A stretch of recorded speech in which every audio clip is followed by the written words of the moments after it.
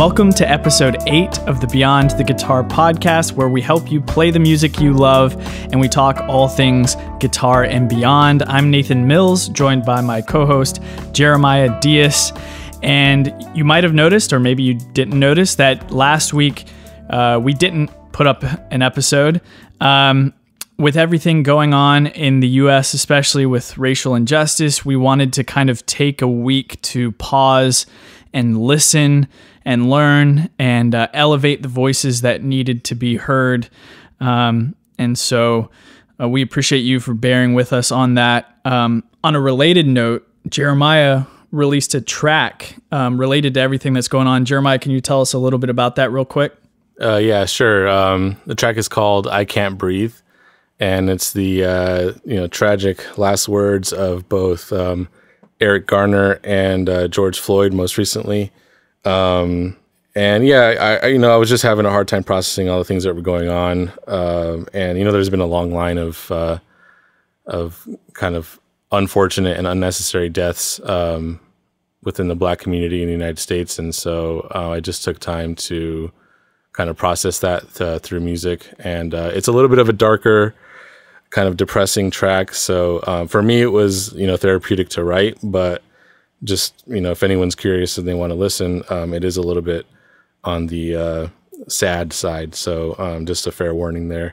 And it wasn't written to stir up, emotions of hate or anything like that. I have family and friends in law enforcement, and my brother is actually in the Guard for California. So he was actually deployed in LA last week for a few days, which is kind of crazy. But anyway, so yeah, the track was mostly just kind of a mourning process for me. And I wrote it in a few days, and I decided to release it just to share it with people in case it was helpful for them to kind of process what was going on. So right.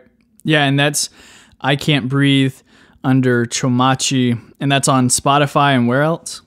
And all the major platforms, those Spotify, iTunes, and then I have it on YouTube, and I have a Bandcamp page as well. You can actually, again, I don't imagine it's something that people will want to listen to very often, like repeated listenings, but you can actually download it for free on my Bandcamp page because I didn't want people to have to pay for it if they wanted to have it. So right. And that's the thing too with this. I mean, Jeremiah he asked me before releasing it, he said, this is really just a way for me to wrap my head around everything that's going on. And to, like he said, it was a therapeutic process, and he was debating on whether even to release it because, of course, this isn't something that he's not capitalizing on in any way. This is something that, and when you listen to this piece, because I told him, I was like, you should put it out there because, it's like he said, it's a very dark piece, and it's not easy to listen to be honest, but I think it's very powerfully captures what can only be, called a tragedy, and it paints a very accurate picture of that. And I think that's important to, it's important for us all to understand that and to recognize that and to kind of pause and reflect on that. And so sometimes we need that kind of art that's a little bit hard to swallow, to convey an important message. So, I definitely appreciate you sharing that with us, Jeremiah. Thanks, man. On another note, if you enjoy our beautiful little podcast intro, we just released the full track for that tune, that composition that Jeremiah and I did together on Spotify and all the other platforms as well. It's called Nostalgium. So you can find that either under my own account, Beyond the Guitar, or you should be able to find it under Chomachi as well. Yeah. But in case you want to listen to that whole track that's kind of abbreviated for the intro, then that's also available. But today we wanted to talk about performance anxiety and some tips that we have to help you learn how to both cope with it and overcome it. it's something that has been a really big part of my career as a musician. I think the majority of musicians are definitely going to experience performance anxiety in some form or another. There are those rare people who just are blessed with not caring at all about what people think, and they're not really affected by it. But I've had a lot of people ask me to talk about this, and I certainly cover this a lot with my own students. So there's a lot that we can really uncover here, and some really actionable steps that we can give you to help you deal with this in your own playing. So I wanted to kind of open up the conversation here with sharing maybe a story or two related to my own, our own experiences with performance anxiety. I've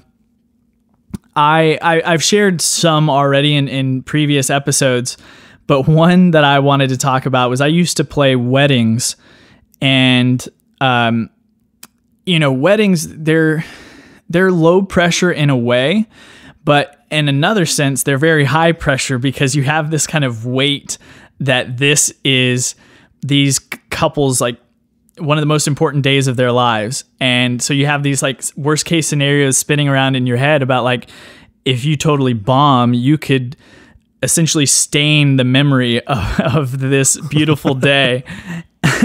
And so there was this one wedding in particular that I got booked for it well in advance, and I hadn't been in communication with them for a couple weeks prior to the wedding because we already lined up everything I was supposed to do. I didn't go to the rehearsal. That was part of the thing. I just show up the day of an hour early to go over any last minute details. And anyway, I show up. It's this beautiful, farmhouse wedding out in the country. And I show up, start getting all my gear out of the guitar, and I see somebody walking toward me frantically going, "Where were you?" And I kind of paused for a second. I was like, "I'm an hour early. What's the problem?" She's like, "No, the ceremony's supposed to start right now." And I like my stomach just sank because I could have sworn I checked my time. I was like, everything is as it should be. Like I'm here an hour early. And so I didn't know what happened. But basically I just, I picked up all my stuff and started running to the little farmhouse where the ceremony was. And this was oh my gosh, this was one of the most embarrassing moments of my life. I walk into the door of the sanctuary area, and literally both sides of the family, everybody's already seated. Everybody simultaneously just turns around and looks at me. Oh my gosh. And I just have to do this walk of shame. How many people were there? I mean, it wasn't a massive wedding. But I'd say it was at least like 100 or so. Oh man. And it's a nightmare. Yeah, it was horrible. So I was like sweating. Was it hot? I was gonna say, was it a hot day? Or? Yeah, it was like a summer Virginia wedding. So I was like sweating, walking down the aisle, like avoiding eye contact, like it's just the walk of shame. And I get up there, I don't even have time to tune my guitar. I just start playing. And that was just like, that's one of those, I bring that up because that's a recipe for if you're prone to already having some nerves when you're going to perform, like that is just the perfect storm. And so really, it's a miracle I was able to get through it. I mean, I played everything okay. Like, wedding gigs, you're not playing super technical stuff the majority of the time. But it was just, I was like, it's just so revved up and just my nerves, I was jittery and shaky and everything. Oh, it was horrible. And did you get paid? I did, yeah, thankfully. I actually found the bride and the groom afterwards. And I'd pulled up the email. I was like, look, guys, I don't know what happened, but this was the time that you gave me. Like I was here on time. And the groom kind of under his breath was like, yeah, sorry, we changed the time I was supposed to tell you.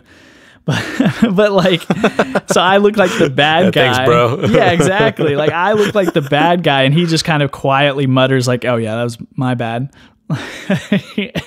Oh my goodness. So, yeah, that was a horrifying scenario. That it was definitely one of those, like when you have performance anxiety and you're thinking about these hypothetical worst case scenarios, that was like a real life worst case scenario, which we'll talk about more later. It's, I lived through it, lived to do play another wedding gig another day. But yeah, that was pretty terrifying. Always double check with your clients. I know, and that is the lesson learned as well. Like I should have, even though it wasn't my fault, I should have still reached out a few days and just confirmed everything. Just one last thing related to just experiences. Any time that I've had to perform Bach has always been a terrifying experience. I always have way more performance anxiety if I have to perform Bach than anything else because, and again, I'll talk about this more in depth later, but for me, I'm always more worried about the memory rather than just physical mess ups, right? Like I'd rather, totally botch a passage, and, miss notes.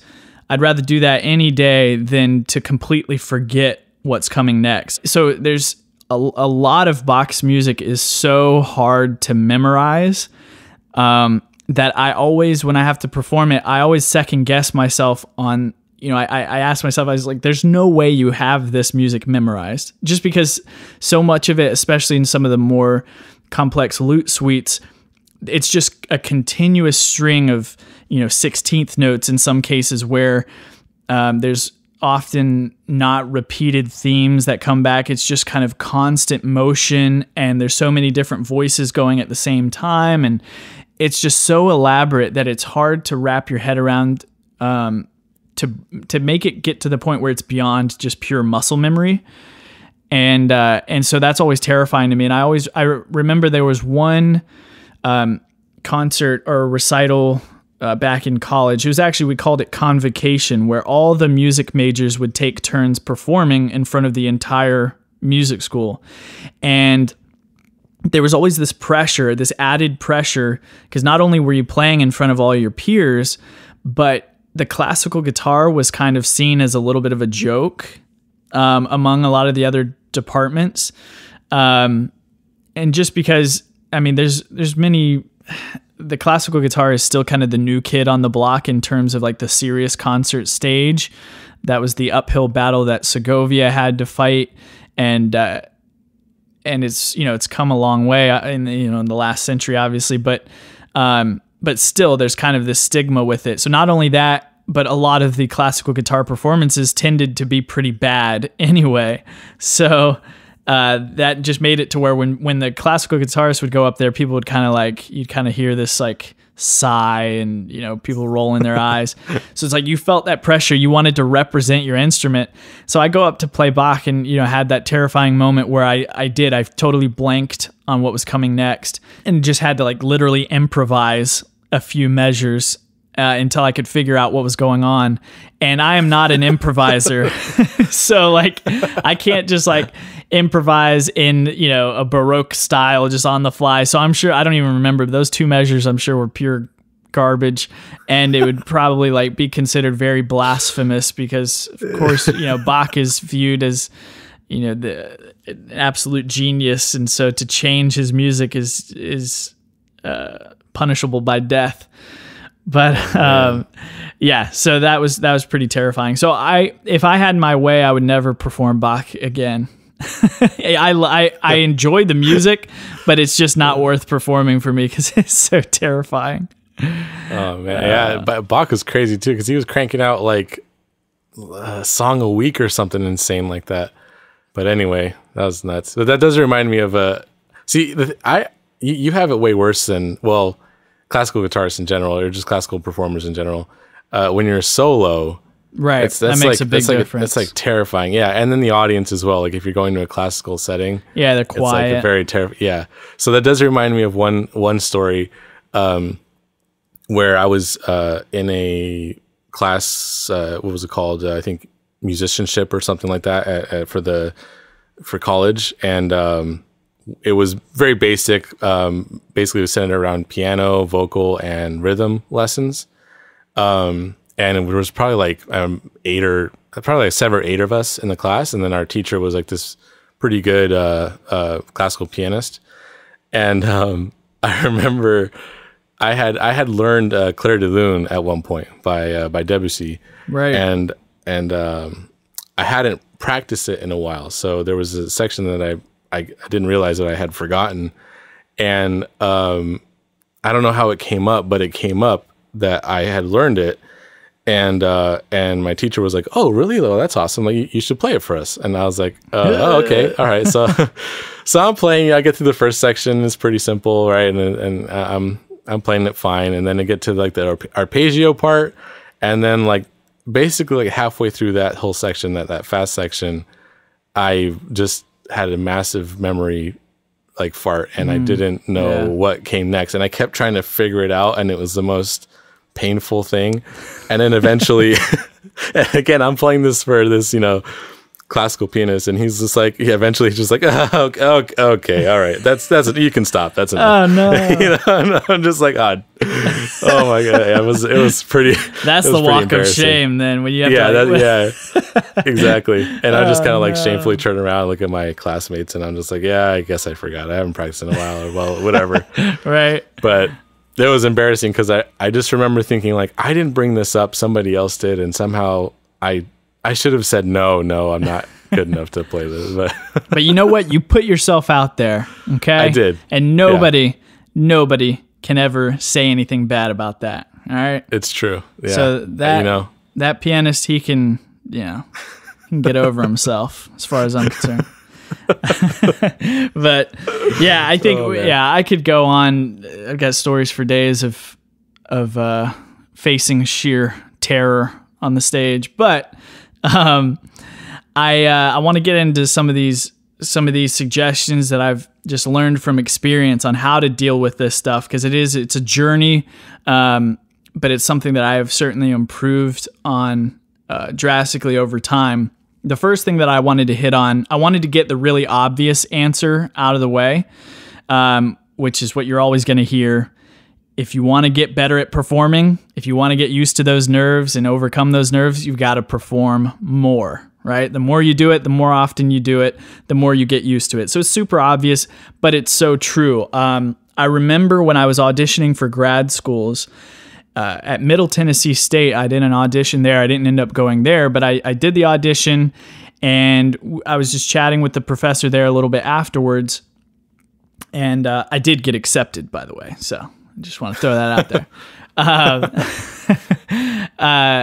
But I was talking to the professor, and I asked him, I said, do you have any tips on performance anxiety? And he gave this, it was related to this obvious answer, but he basically said, he's like, yeah, there's something that I used to really deal with, but it's never really been a big deal for me anymore. Ever since I had one concert tour, one summer where I was literally playing, it was like, 7 or 8 concerts a week. So at least like one concert a day, for the span of a month or so.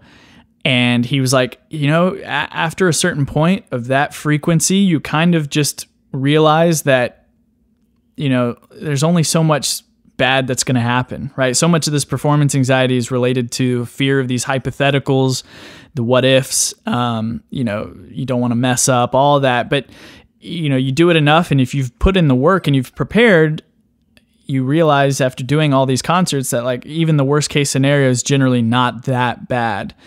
And so that did stick with me, the fact that it was just brute force doing it again and again and again. Now, of course, most people don't have that opportunity to just have a concert tour and play that many concerts back to back. In fact, that was one thing that if I could have changed one thing about my program back in college, one of the things that I would have changed is more performance opportunities within the program itself, because you would generally, unless you found opportunities yourself, you generally do a couple performances a semester, but enough time passed between those where you lose that edge. You don't really get used to the feeling of being up on stage. So For most of us who don't have those opportunities, though, we can still make opportunities to perform, to get used to it. There's open mics. There are guitar societies that you can join. Lots of times there's local guitar societies where people just meet and play for each other. We do a virtual guitar society for Beyond the Guitar. It's patrons on my Patreon get to access it, as well as people in my Arrangers Academy. There's all kinds of online options like that as well, where people just get together, and it's just an opportunity to play for friendly people and to get used to those nerves. You can always play for friends and family. And even one of the biggest ones and the lowest barrier of entry is recording yourself, right? Like hitting that record button. I've heard so many of my students, especially in the Arrangers Academy, talk about like, man, I'm not used to recording myself. I didn't expect to feel so nervous when that record button's hit, and it really does. It makes a difference. And the more you do that, that gets you into that zone. So you just got to do it more. That's the first obvious solution. Yeah, and recording like seemingly magnifies all the mistakes and all the imperfections. So like, if you can get past that intimidation of like recording yourself because you're worried that you're gonna sound terrible to yourself, if you can get past that, it's a really good tool for fixing mistakes and fixing technique, whatever it is. Like for myself with drums, it's eye-opening for whether or not you're playing in time. So having a metronome to record to and playing to a metronome is super helpful, because if you don't practice to a metronome very often, it's amazing how much time drifts when you're just kind of playing, and you're in the groove or whatever, and you're just kind of jamming along.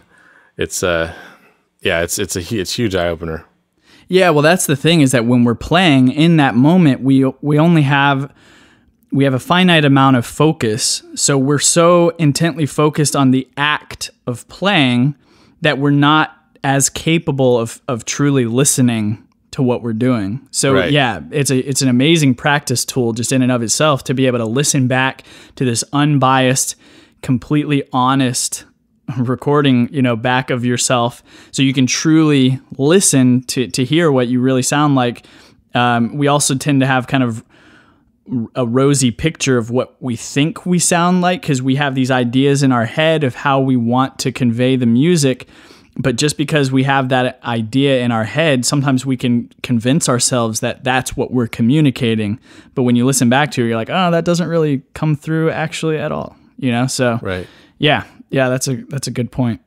Yeah, and I think back to what you were saying about performing a lot, I think that's probably one of my biggest sources of anxiety for performances, because I play drums, and with so many shows, if you're doing a show with other bands or you're at a festival or something, you're often sharing a drum set or sharing parts of a drum set. Oh yeah. And that's like the most anxiety driving thing. It's like, cause you don't know what kind of snare they're going to have, or if they're going to want you to use different cymbals or whatever. Or if if there's a house kit and they don't want you to mess with it. They just want you to play with what's there. It's really, it's nerve wracking, because you're used to playing your drums, and muscle memory is like 95% of it, right? So if you're used to hitting a cymbal or a tom in a certain location, and you're just playing you have your eyes closed or whatever, you're in the music, and then you swing at something and you hit nothing. It's like, whoa, where'd that tom go? Where'd that cymbal go? Oh man, I wouldn't even think about that. Yeah, playing drum, and you can ask any drummer, drumming is the worst for shows, because like I said, it's like, I mean, if you're like a small time gigger with your bands, like you're not a big band. Obviously bigger bands have like professional, like, people that handle your gear and all that. But yeah, if you talk to any drummer who just does like small gigs and stuff, it's the worst, because you're constantly having to share equipment, and it's just stuff that's out of your control, right? So you kind of have to work past that. Right.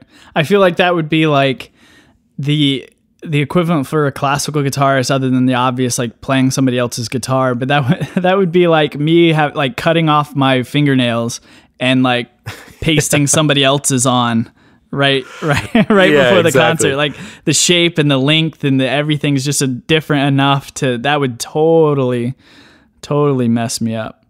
Yeah, exactly. Yeah, man, that would, it's and a nightmare. I didn't really think or jot this down in my notes, but that does bring a good point. Is like the more variables you can control too, the less anxious you'll be. So even like the day of a concert, I'll even practice in whatever pants I'm gonna wear at the stage, because especially with the guitar, like if you're at a nice concert, you're gonna wear nice slacks, and those tend to be like slicker and slipperier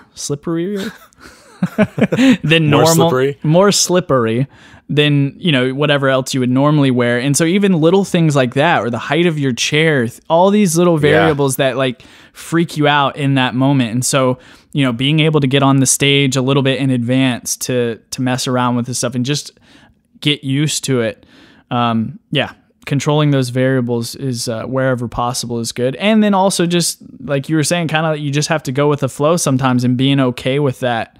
It goes a long way as well. Take a deep breath and just kind of try and focus on, like I mentioned, for the most part, if you've done your homework and you've practiced a lot, that stuff's going to be in your muscle memory. It's going to be kind of natural. So the rest of your attention, you can focus on like, okay, I need to hit the drum here instead of over here. Right. And so you just kind of have to like adjust those minor details. Yeah. I've learned over time to become more flexible. Like I used to, if my nails weren't exactly right, and if my chair height wasn't exactly what I was used to, and my footstool height wasn't exact, it would totally throw me off. I've gotten a lot more flexible on that, and I always tease the guitarists too that you'll see. Some of you might be listening, so it's nothing personal. It's all good fun, but like who have like this whole elaborate system where it's like you have a footstool, and then you also have like a A-frame guitar support, and then you have like your shelving liner to keep non-stick or non-slip liner to keep the guitar from slip. And so it's this whole elaborate like Jenga tower of a system to get your guitar all set up. I was like, it's just a strong wind and your whole system is gonna topple. But so yeah, I mean we can be kind of high maintenance, and so being able to be flexible is really helpful as well.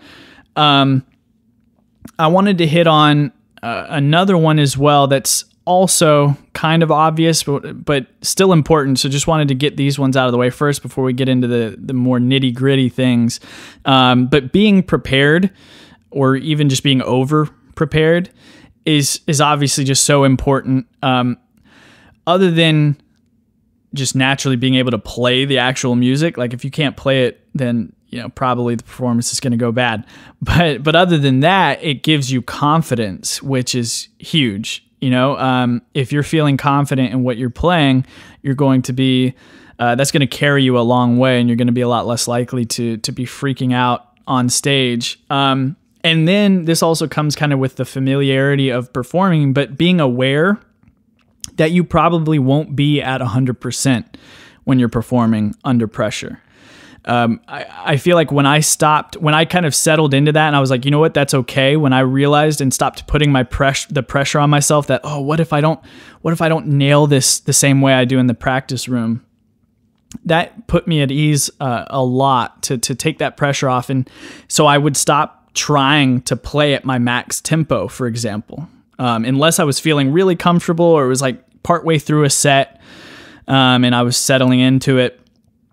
I wouldn't worry about hitting my max tempo. I would slow things down a little bit to give myself room to breathe, and to give my fingers a little bit of grace in case they were cold or a little shaky, or whatever symptoms of nervousness I was feeling.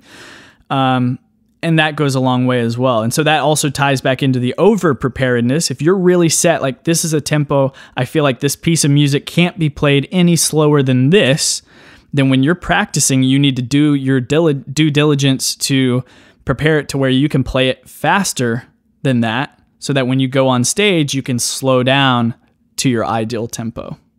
Yeah.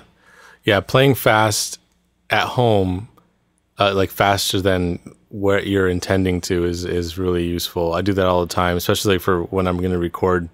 I'll practice faster than what I know the tempo of the track is going to be.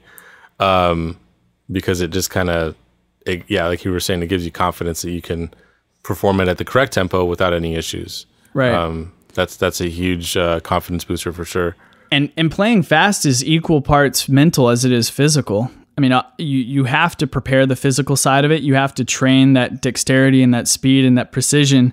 But when you are tense mentally, that's going to manifest itself physically. And so that's really, I mean, when those nerves hit, the speed is one thing that suffers generally because you're mentally all over the place, and you have to play fast. You have to be so relaxed. Yeah, and another benefit from that too is, at least from my experience playing in a band, I don't know how it is playing solo, but usually playing live, you play faster than when you're playing in a garage or something with your buddies, because right. Typically you're getting energy from the crowd, or you're yourself are energized because you're like stoked about what you're playing, and you tend to play faster. So if you practice a little bit faster than you used to, then hopefully those situations, if they come up, will work out instead of like you messing up a bunch because right. you're not used to playing that fast. Right. And or like spiraling out of control too. That can happen too, where you right. play fast and then you start rushing, so you're getting faster and faster and faster in this just state of panic.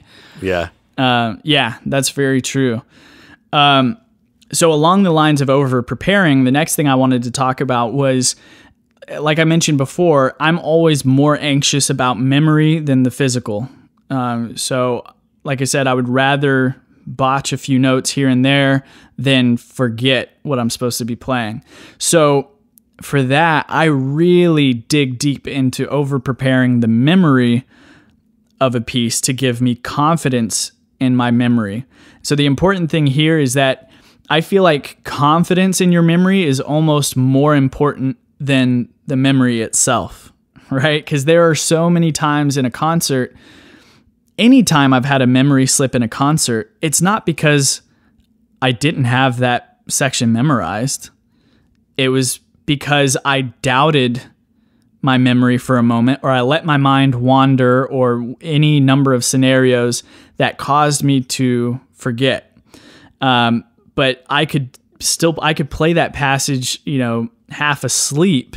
Yeah. In other scenarios. And so usually it's because I'm second guessing it. I'm thinking like, do I really, or I'm thinking ahead and trying to remember what's coming next. And then I start getting in this mental downward spiral, and then I end up forgetting. And so for me, having confidence in my memory, not only having it memorized, but feeling good, knowing without a doubt, you have this memorized, this frontwards and backwards, that goes a very long way. And so that ties back into, there's different layers of memory, physical memory. The muscle memory is the base layer.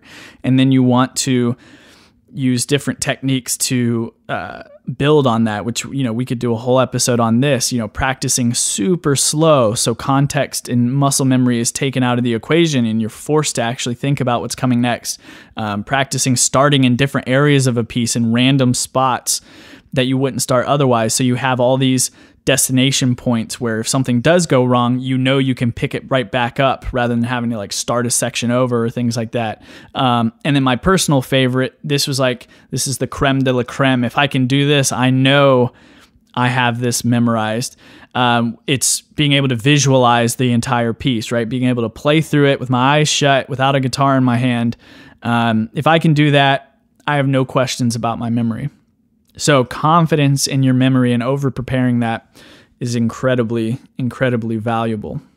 Yeah, I can't tell you how many times I've been playing a song that I've played, a million times before, and for whatever reason, my mind just starts wandering, and I just, for whatever reason, I miss a fill or something, and I can't really explain it other than there's this like fine line between like focusing too much and not focusing enough. You kind of have to be in like this sweet spot.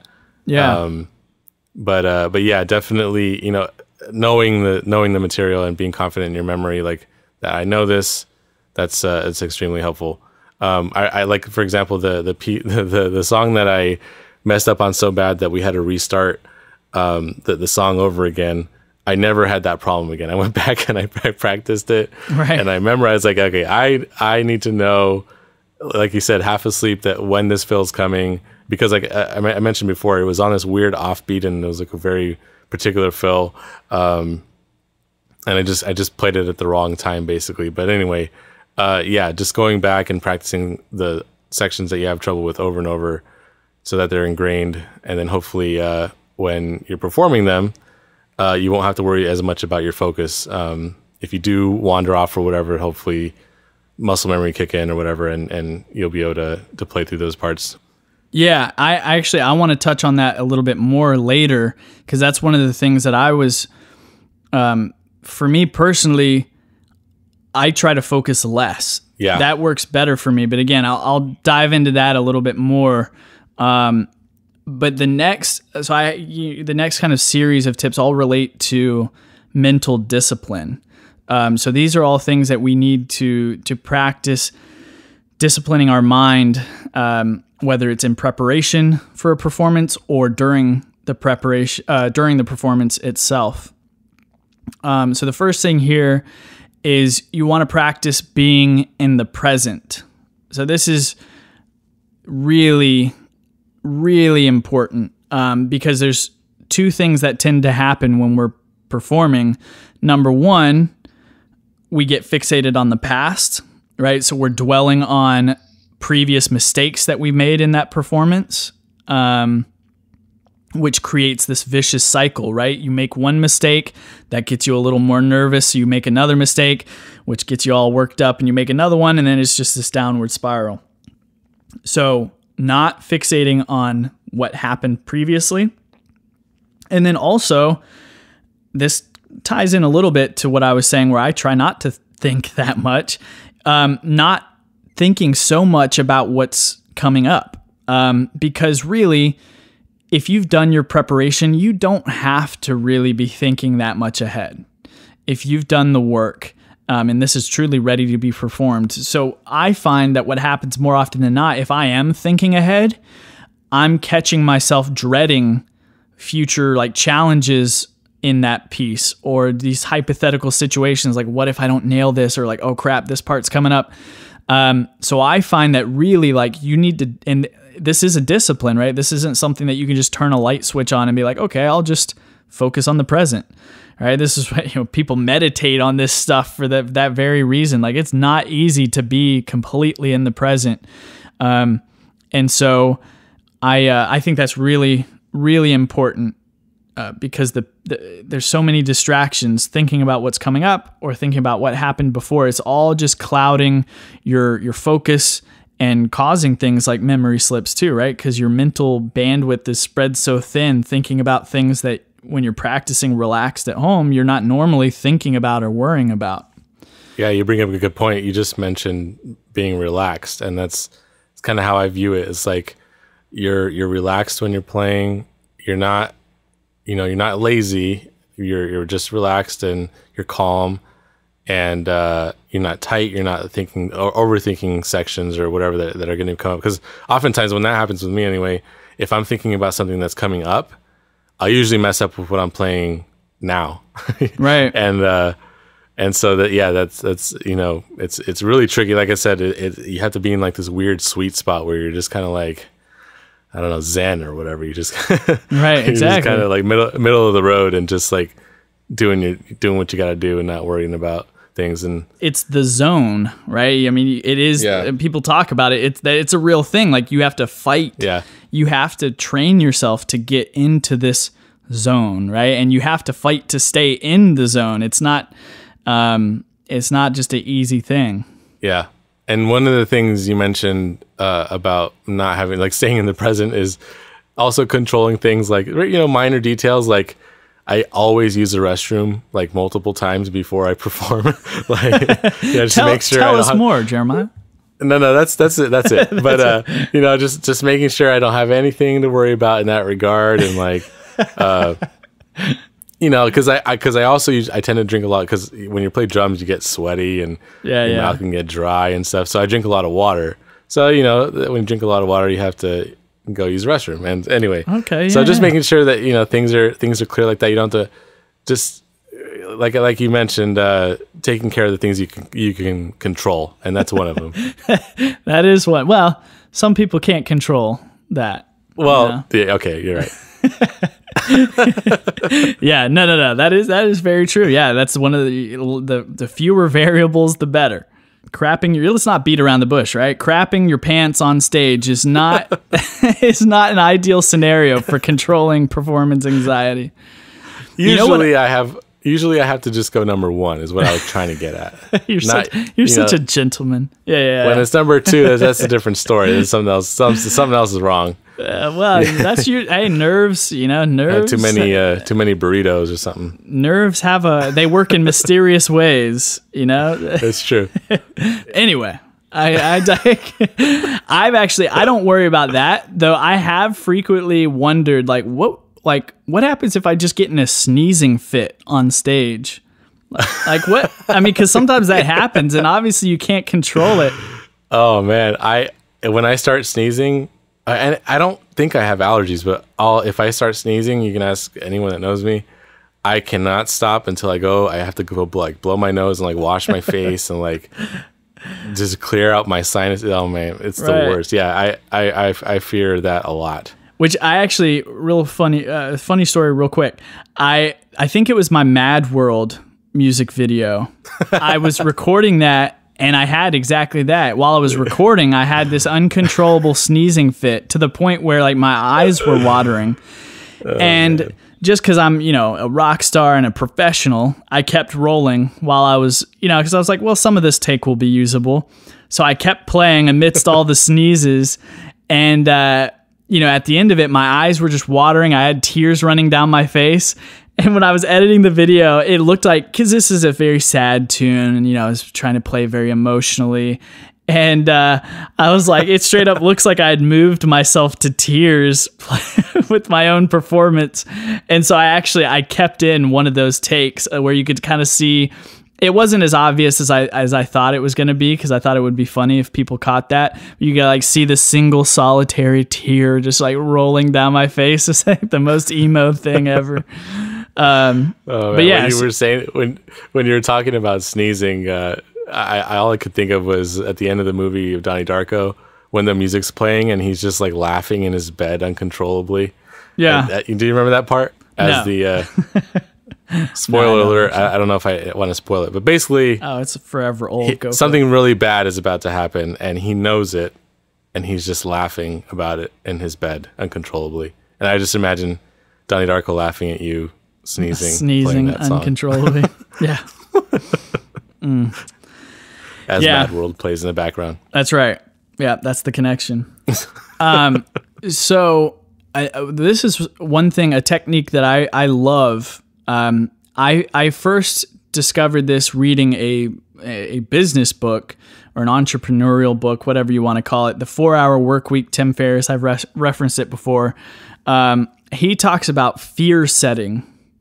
So this is kind of like a counterpart to goal setting, but it's fear setting, and it's where you think about all your fears of worst case scenarios. What is it that makes you afraid of in this case, it was pursuing a certain business idea or pursuing certain goals. What's keeping you, that fear that's holding you back? What is it? Addressing it, writing it down, and then actually writing out how you would navigate through that worst case scenario. All these scenarios, these hypotheticals that are terrifying you, facing them head on and writing out what you would do to get through that.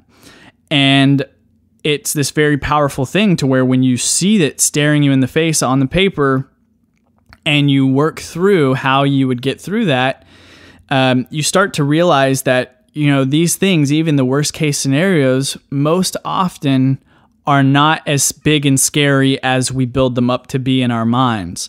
And so I took that same mindset into performing. And I think that's very powerful as well, because we have all these hypotheticals and all these worst case scenarios and all these things that drive that fear.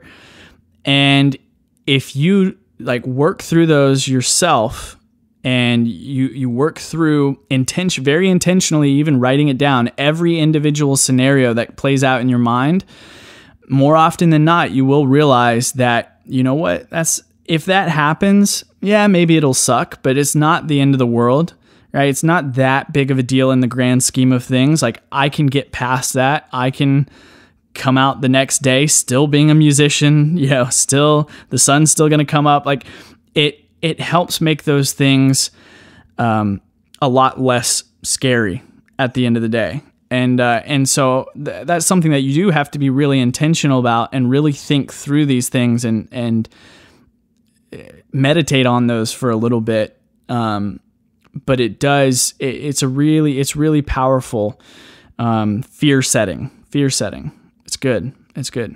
Thinking about workarounds too.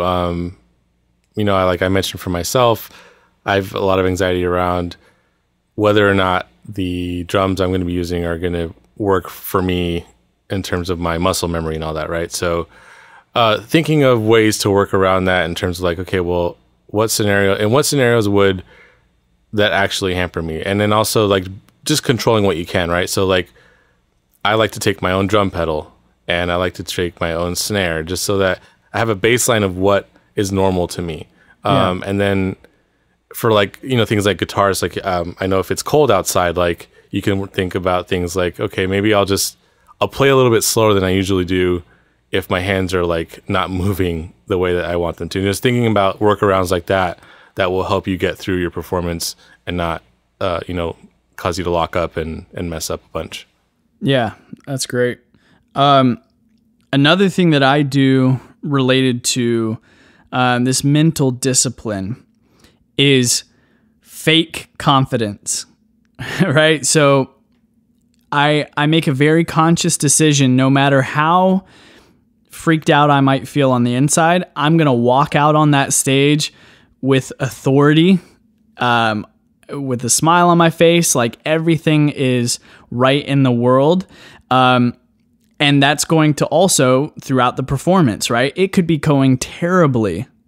I'm not going to let you see that on my face or in my body language, because there really is this energy between the performer and the audience to where I've experienced this first. We've probably all been there where when you're in the audience and you see somebody on stage and you can tell that they're nervous, it makes you physically nervous in the audience.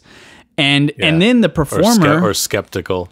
Yeah, I mean, you kind of feel you're just waiting for it to all fall apart, and it's this very uncomfortable situation. And then as the performer, you can feel that in the audience as well. It's this weird kind of thing where, like, if you're not at ease, they're not going to be at ease, which is going to make you less at ease. And it's this very real thing. And so you can put yourself at ease and your audience at ease by, if something's going poorly, like just putting on a brave face and powering through it, that's going to make it's kind of like telling your audience, like, you know what, it's all right. We're going to get through this. We're going to be okay.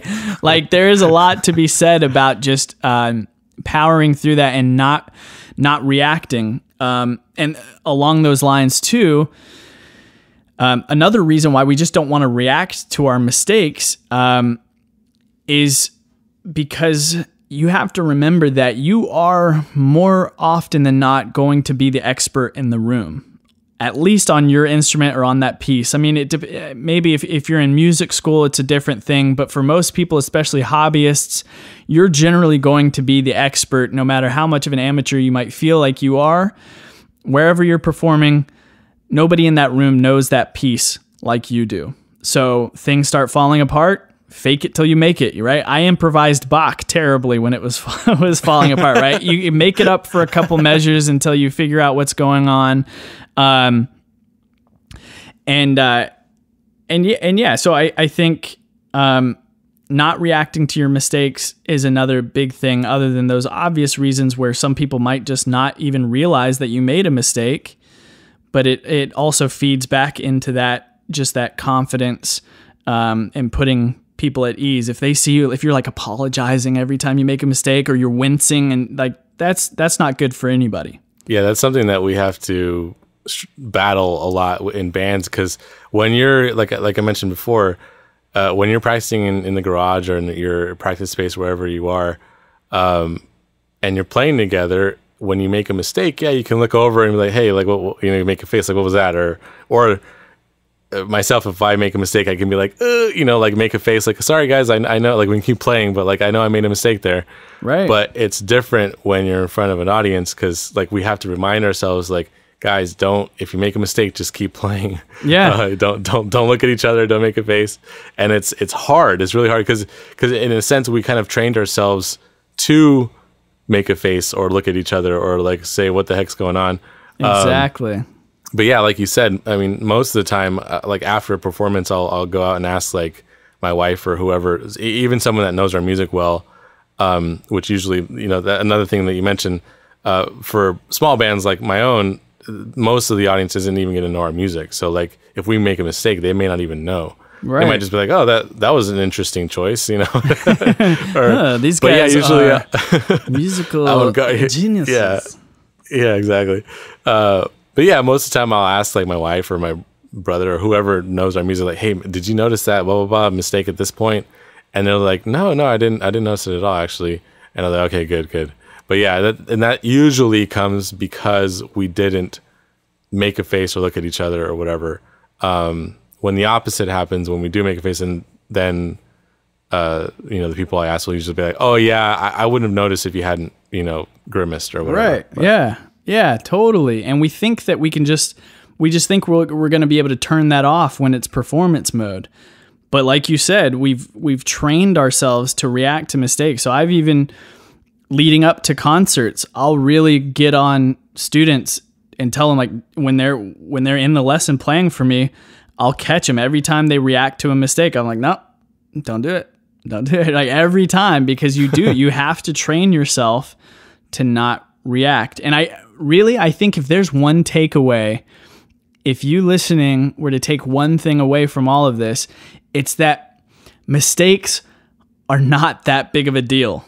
Like, we get so worked up about making mistakes, and we're so terrified of it because we're listening to these perfect recordings all the time. Watching these doctored up YouTube videos that are multiple takes spliced together, like comparing ourselves to these unrealistic expectations. Mistakes are not that big of a deal. And like Jeremiah was saying, most of the time people are not going to realize that you even made one. So if you can really focus on that and let that sink in and remind yourself of that, the mental discipline, remind yourself of that every single day, every time you perform, the fear of the mistake is much worse than the mistake itself. Yeah, that's great advice. Yeah, it's a real thing. Nothing to add to that. I'm just going to drop the mic on that one. The last thing that I wanted to hit on related to mental discipline was think less. So I really try not to think when I'm performing. I try to really focus on quieting that inner voice. That inner voice is the one that's causing all the trouble. That's feeding into your doubt and, feeding at all those what ifs in those scary hypothetical situations. I like to feel like I'm an audience member. So just listening to the performance happening. So I try not to think about any of the parts that go into actively making the music, right? Thinking about the physical things, thinking about the memory of it. I feel like the less I think about that, and if I can just go on autopilot and just be a third-party observer, I'm going to be a lot more relaxed. And again, this all sounds very all good and well and kind of theoretical and, but it's part of that mental, that's why it's part of a mental discipline. You have to train these things and find ways to control your thoughts and your mind. I've even found that, kind of related to that, one of the tools that I use is intentionally closing my eyes. Yeah, me too. Yeah, it's and it works out, you know, doubly, because then it's like, it looks like you're just really feeling the music and like, but for me, because again, if you've done the preparation, you don't really need to be looking at what you're doing. If you've put in the work, you're good. You don't have to be thinking about what you're doing. You don't have to be watching what you're doing. If you're not at the place where you can do that, then that's a whole nother, that goes back to the preparation part. You gotta put the time in before you can perform a piece. Because I really find that when I'm looking at the fretboard, it's almost like I start going cross-eyed in the middle of a performance. Like I start to look and I'm like, holy crap, there are so many frets here. There's no way that I've really memorized this elaborate music with all these combinations of strings and frets. And I just start like, it's this irrational like fear that, because I mean, I know the fretboard, I know this piece, but you start to have these thoughts that creep in. And so like looking at the fretboard almost starts to overwhelm me sometimes in a performance, like Bach, right? Oh my gosh.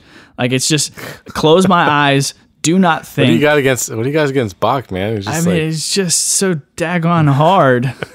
It's like, make your music easier to memorize, man. It's only 4 notes at a time. What's your problem? Yeah. At the speed of light. Yeah. Oh, so yeah, that's, I actively try not to think. Yeah, no, I close my eyes a lot when I'm playing, and I do get self-conscious about like people thinking I'm like being super cheesy or whatever. Yeah. But it's mostly about concentration and like being able to block anything visual out. I'm not thinking about the drum set. I'm not thinking about the audience. I'm not thinking about the stage that's wobbling as I kick the drum or whatever, right? Or hit the drum. But I find it really helps my muscle memory do the work for me, and I'm not consciously thinking about, okay, now I'm hitting this, now I'm hitting this, now I'm hitting this. I'm just kind of letting it. It's like pressing play on a song on your computer or on a CD or whatever. Right. Yeah. You're just back when CDs were a thing. But you're really dating yourself there, Jeremiah. I know. My brother was actually pulling out some old school CDs to listen to them. Nice. A couple of them were skipping, but yeah, it was a trip down memory lane. Breathe on them a little bit. But yeah, anyway, for me, closing my eyes, it is kind of like that, where you just hit play, and I don't really need to worry about other stuff. But yeah. I do open my eyes to like kind of show the audience I'm not being a total whatever. And see, that's another thing, right? Cornball. Like, and then we're worried too about like, ooh, like what if the audience thinks I'm being like, it's all these things creep into your head. But I think from a very practical standpoint, our eyes, I think our sense of sight just overpowers every other sense. So like, if I'm looking around, that's going to really dominate what I'm thinking about. So on a very practical standpoint, you're going to have so many more distractions and so many more things vying for your attention with your eyes open than if you close them. So yeah, there's definitely some practical. Yeah, no, I was just going to say, especially if you're in a new setting, because when you're in your practice space that you practice, frequently at, you already know everything that's in there. You're not distracted by it because it's commonplace to you. You're not worried about it. Right. But when you're in a new, setting or venue or whatever it is, if you're in a classical setting, there might be cool architecture, or, somebody might be dressed funny, or I don't know, whatever it is.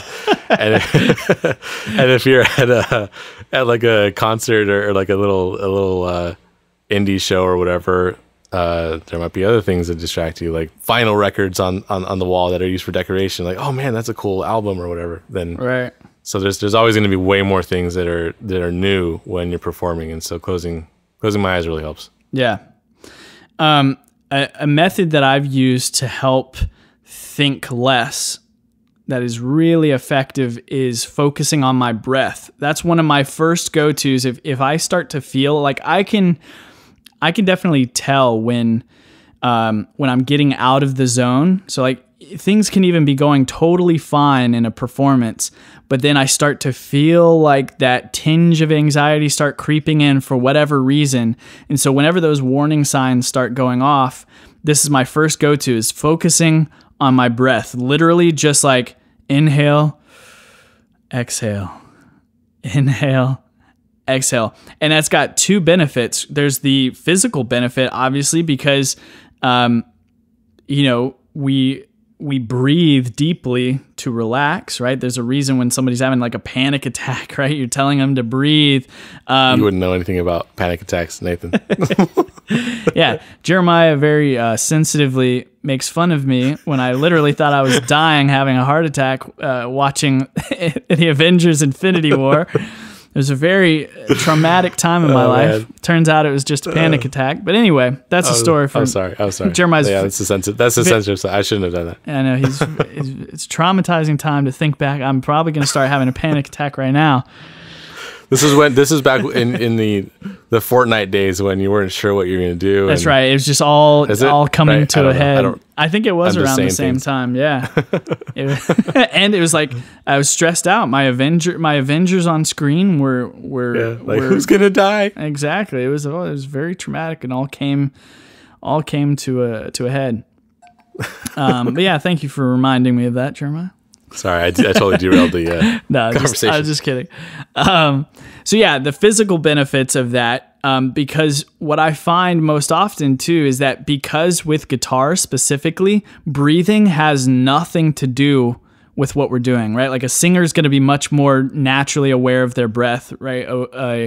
A woodwind or reed player, brass, whatever, they're going to be a lot more aware of their breath because it's part of the mechanism for their instrument. For us, it has nothing to do with it. And so when we're really focused on what we're doing, more often than not, we're either holding our breath or taking really shallow, sporadic breaths. I've seen this time and time again in myself and in my students, and that gets compounded when we're under pressure and we're performing. I wonder if you remember this, Jeremiah. I always use this as an example in my lessons when I talk about being focused on our breath. I was recording a demo. We were recording a track, a classical guitar. It was a Leo Brouwer piece. I was visiting Jeremiah one summer because he had a studio in the back of his house, and we were recording this track. And they had a whole fancy setup where it was like the recording booth was like behind sliding doors, and they could like talk to me over my headphones or whatever. And I was in the middle of the take. I felt like it was going awesome. And all of a sudden I hear like Jeremiah coming through my headphones in the middle of my seemingly perfect take going, "Are you okay? Like, are you all right, man? What are you doing?" Was that me or Tony? I think it might have been Tony. Was it Tony? Well, I think it might have been. I don't feel like I would have been as blunt. Oh, you don't think so? I feel like you would be perfectly blunt. Maybe. But yeah, it might have been Tony because he was the main producer. At the time, but either way, he was my parents' back studio back when they had one. Yeah. He was he was literally like, "What are you doing?" And here I am, like I was totally in the zone. I was like, "What are you talking about? Like, this is great." And he played it back for me. And you literally hear me, I'm like playing, and you just hear like, like I'm like wheezing, gasping for air randomly. And it's because I was focused on what I was doing, and I was kind of holding my breath, and like I needed to take a deep breath, and I was just so unaware of it. And I think that's a lesson that, of course, it's one thing that gets compounded in a recording that we don't realize. So it goes back to that, but we're so unaware of our breath as guitarists to the point where I was like gasping for air and didn't even realize it. So that has physical, side effects, right? We're going to be much more relaxed if we are breathing deeply and evenly. And then just as important as that, the mental benefits of that is it gives my mind something completely neutral and completely unrelated to the physical act of playing that piece that I can preoccupy my mind with, right? It gives me something to just fixate on. I'm not thinking about the audience. I'm not thinking about a mistake I made. I'm not thinking about a challenge that's coming up, or if I have it memorized. I'm literally thinking in, out, in, out.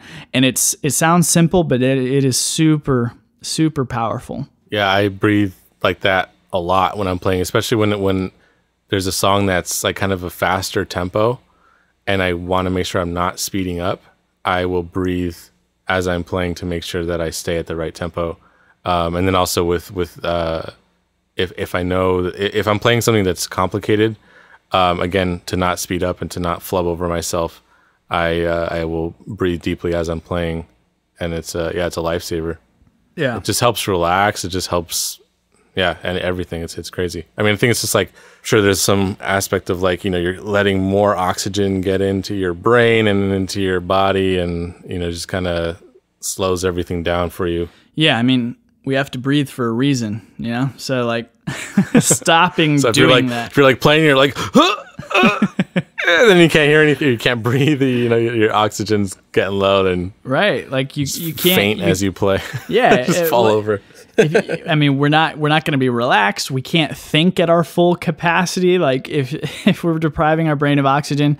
And that's something that, again, the mental discipline, like you've got to practice this, because I've had many students, when I first talked to them about this, I'm like, okay, I want you to play that section again, but I want you to focus on your breath. And at first, they end up A, not being able to focus on their breath, or B, focusing on their breath and messing up everything that they're playing because they're so focused on their breath that they can't actually play the music. And so it definitely takes practice. But having that in your toolkit when performance time comes and you're starting to freak out a little bit, just focusing on your breath is so beneficial physically and mentally. Along those lines too, as far as practicing this, you literally need to practice performing. So leading up to a concert, you want to start playing through your pieces start to finish like it's a performance, and keeping all of these things in mind. Like we talked about, as far as all these variables, the more you can control, the better.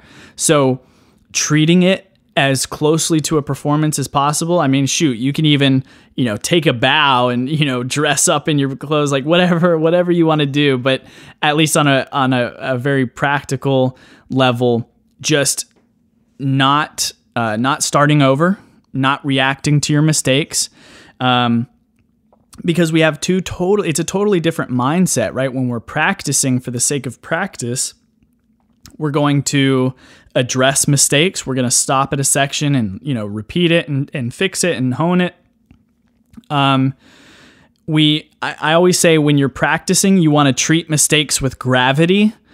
And when you're performing, you want to treat mistakes with grace. So you have to change your mindset between those two performances. So literally spending a little bit of your practice time, a month out from your concert, play through the piece, practicing whatever sections you need to, but then have a couple designated run-throughs where start to finish, no matter what happens, you're going to play through the whole piece. I mean, when I was first starting out, some of my earliest concerts in college, there were times where I would literally, when I went out on stage and played, that was literally the first time that I had played that piece start to finish without any do-overs.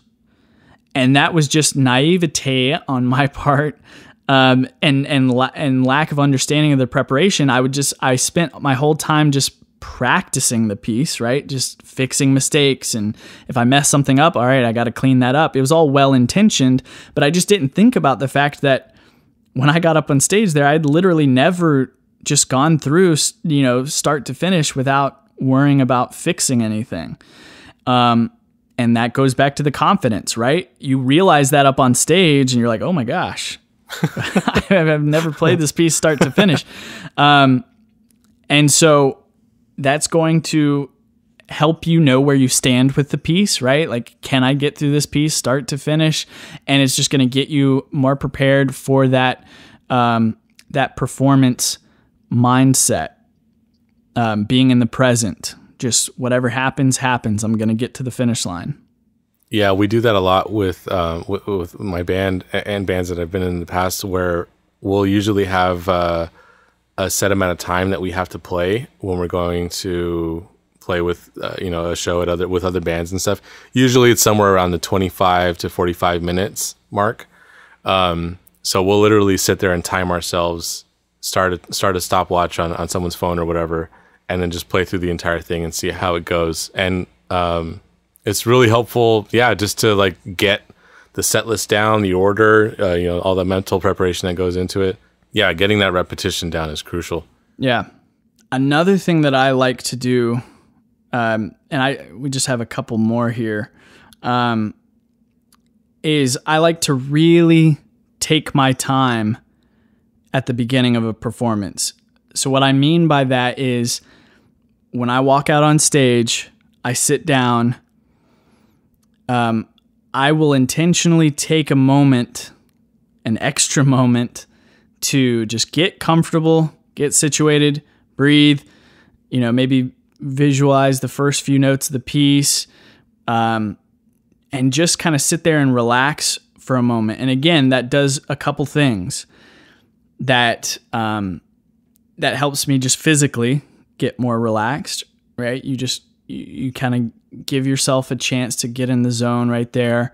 A lot of people, their instinct is to just rush everything, right? It's just part of the pressure of being on stage is you feel that need to just go. Like people are watching, they're waiting. Like, I don't want this awkward, uncomfortable silence. I will dwell in that uncomfortable silence for almost too long, because the psychological benefit of it, and this might sound I don't mean this to sound like I'm like being a cocky jerk, but it's like I need to convince myself that everybody there is on my time. So, which sounds like I know this sounds like a jerky thing to say, and I don't really, I don't feel that in that kind of sense. But it's like it's that confidence boost where I need to believe that for that time. Like I don't need to rush for anybody's sake. Like they're here to see me. I'm here to play for them.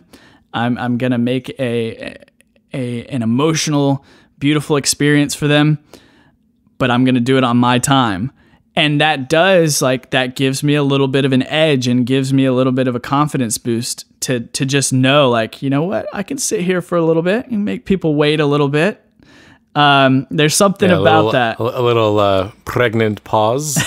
It'll build the anticipation. Oh, yes, like, the anticipation. Oh, man, this guy's building up for something epic. He's just sitting there like a badass. That's right. It's palpable.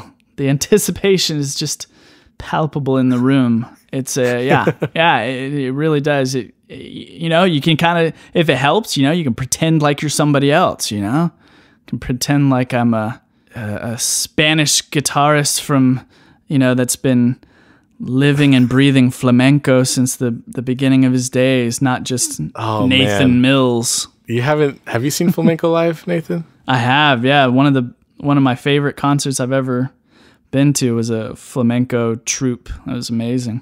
Grace and I went to Spain and we saw flamenco in Barcelona first and then in Granada, because we saw it in Barcelona because we were doing the trip. Anyway, long story. But anyway, we saw flamenco in two different cities, and it was amazing. The guitarists were fantastic. Yeah, I love flamenco. You should do some flamenco stuff, Nathan. I wish I had the opportunity to study flamenco. Don't give me excuses, Nathan. You do this for a living. Come on. I need to live on the streets of Spain and to let it soak in. Just find some movie or video game that has flamenco music in it, and then you have to learn that. I did. You want to know what's sad? I learned a specific rasgueado technique, which for those of you who don't know, that's some of the strumming techniques that are used in flamenco. I learned a specific rhythm for that. It was like a triplet pattern for my Fortnite video. there was one of the Fortnite dances had this like dubstep. It had this like dubstep like rhythm, and it was like really fast. And so I knew I'd heard these flamenco guitarists do that specific triplet rhythm, and so I looked up like how to do that, which combination of up strums and down strums and which fingers. And so of all things, Fortnite was what finally forced me to dip my toes into some flamenco. So there you go. See, that was just a stepping stone. It served its purpose. Yeah. Now it's time to really get into it, Nathan. I would like to play more flamenco. But all that to say, take your time. You're the boss, all right? They're on your time, and don't you let them forget it. Okay? Yeah. That is one thing that helps ease my mind too, is that usually when you can usually do sound check or something. So I'll play once the kit's set up the way that with whatever stuff I have, whether it's my stuff or somebody else's, I'll play like for like 30 seconds or something just to get a feel around the kit.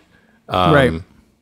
And so that I kind of change gears in my brain. Okay, this is where things are now, and it kind of helps me get acclimated. Right. One thing I like to do is, well, this is a very practical thing that you can do in preparation for a performance. I like to take a section of a piece, that might be particularly challenging, and it can be as small of a section or as large of a section. The larger the section, the more challenging this exercise is going to be. So it might need to just be like a measure or a few measures. But what I do is I force myself to take that section and play it 5 times in a row perfectly, which might sound simple, but the beauty of this exercise is that it only works if you are very, very strict on yourself. So when I say perfectly, like the slightest flaw in, how you might have plucked the string, the slightest little buzz or unnecessarily like nail sound, any slightest error means you've got to start over because you have to get 5 times in a row perfectly.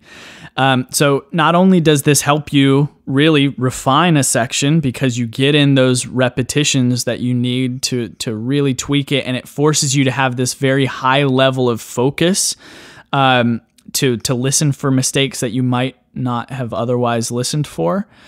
But the real beauty of it is that when you get to that 4th and 5th repetition, especially if this is something that you've messed up a few times and you've had to start over again, you get to that 4th and 5th repetition, you're ready. You're like, oh my gosh, this is it. Like, I'm at the finish line. I'm finally going to be able to move on. This really simulates some of that performance anxiety. And that's why I said it only works if you are really strict on it. But if you're really strict, you get to that 4th and 5th time, you start to feel the pressure and you start to literally get a little nervous and have some of those physical symptoms of nerves. You get kind of sweaty palms and you start to kind of question like, oh, am I going to get it? That inner voice starts to creep in, and it is oddly effective. And it's something that I've used with a lot of my students. So that is a very practical exercise that I recommend for any time, but especially as you're preparing for a performance. Pick some challenging sections, do them 5 times in a row perfectly, and it will simulate some of that pressure when you get on that 4th and 5th attempt. I haven't done that as much for like shows per se, but I've definitely done that in preparation for recording, because you want to do as little takes as possible, and the recording process can be so annoying and grueling as it is. So I definitely do that. Well, not exactly, but similar exercises to where I repeat stuff over and over and over with a metronome to make sure I'm getting it right. Right.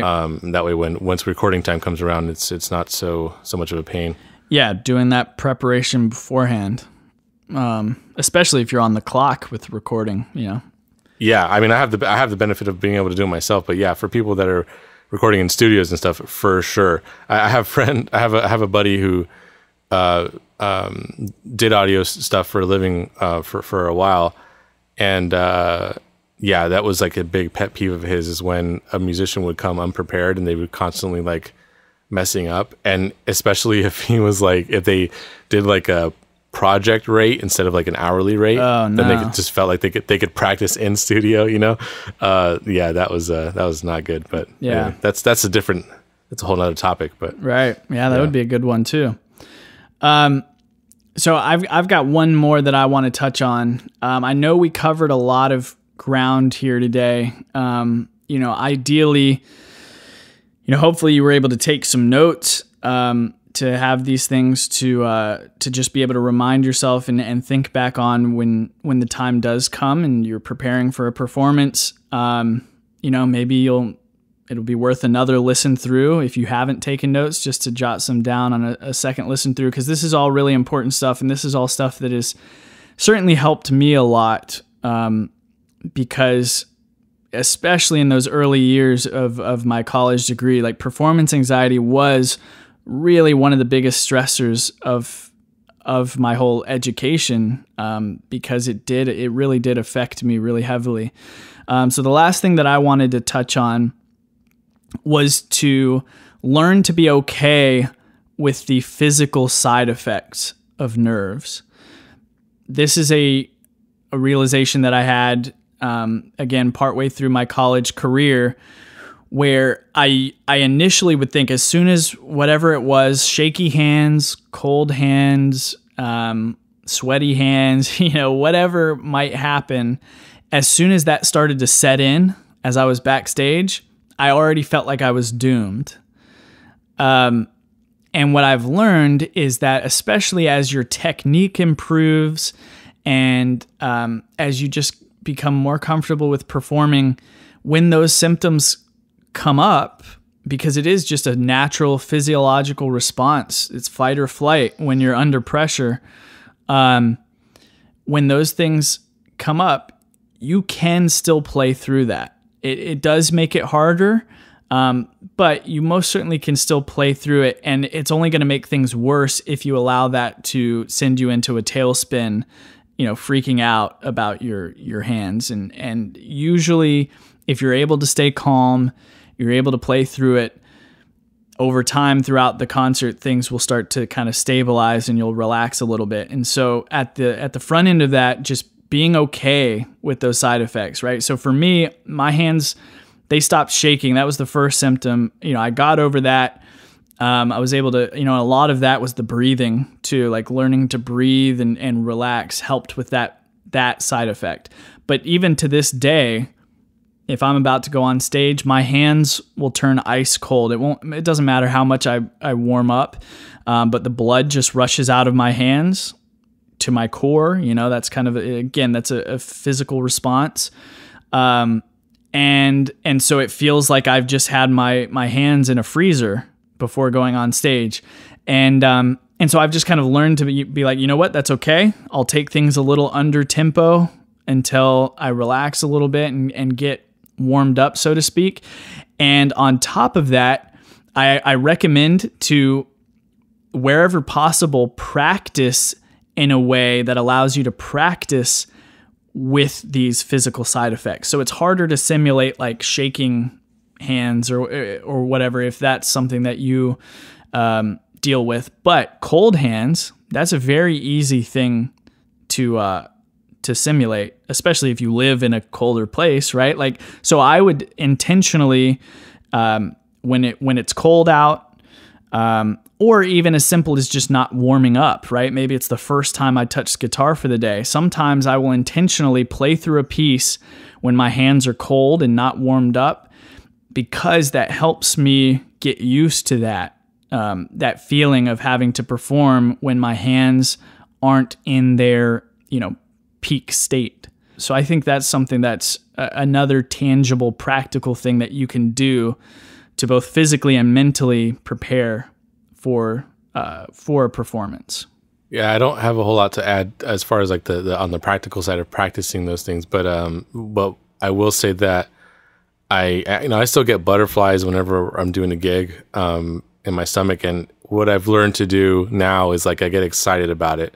Using those butterflies to like kind of get me amped, like, oh man, I'm about to perform. Like there's people out there, waiting to listen to our music, and I try and use it as a positive thing. And it's obviously it's a lot different playing drums than it is playing guitar, because the motor skills involved with guitar are much more fine tuned than it can be for drums anyway.